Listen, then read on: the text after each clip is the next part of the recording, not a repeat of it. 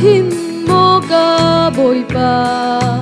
nang ma le in hau da ka ngei nang ma kan ngei chang hu a hin chun belei a zai da ka her ti ka rua nak le ka tha jang ha tu zor chu in ba ton câu man se ka tha jang thom nak le ka tei na ka boy pa nang ma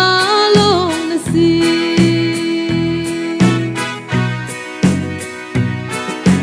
zai cha a ka ngei a chia ton zai cha da ka lung re a thei ka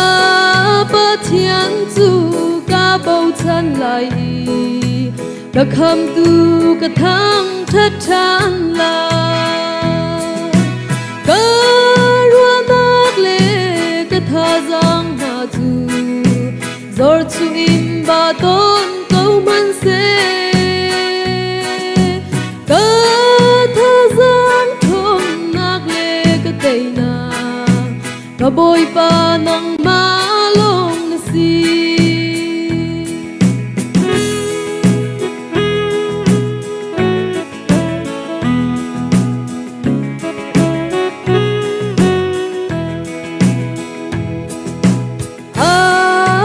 tu pen tu ka lung pi le ka ral swang tha bi ka si a fek mi le ka him na ka si har nak cha na kan I dor na ka rua nak le